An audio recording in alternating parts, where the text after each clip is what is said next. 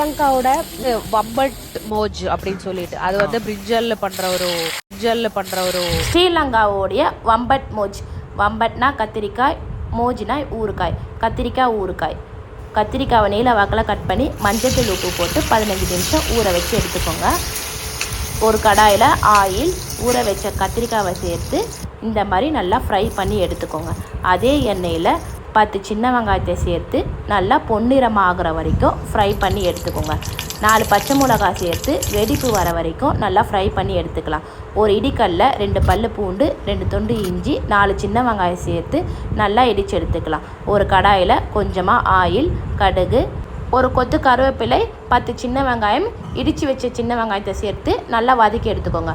Fry பண்ணி வச்ச கத்திரிக்காய், மிளகாய்த்தூள், உப்பு, வினிகர் ஆர் புளி இல்லை லெமன் கூட ஆட் பண்ணிக்கோங்க. கொஞ்சமாக சர்க்கரை சேர்த்து 2 நிமிஷம் நல்லா வதக்கி எடுத்துக்கோங்க.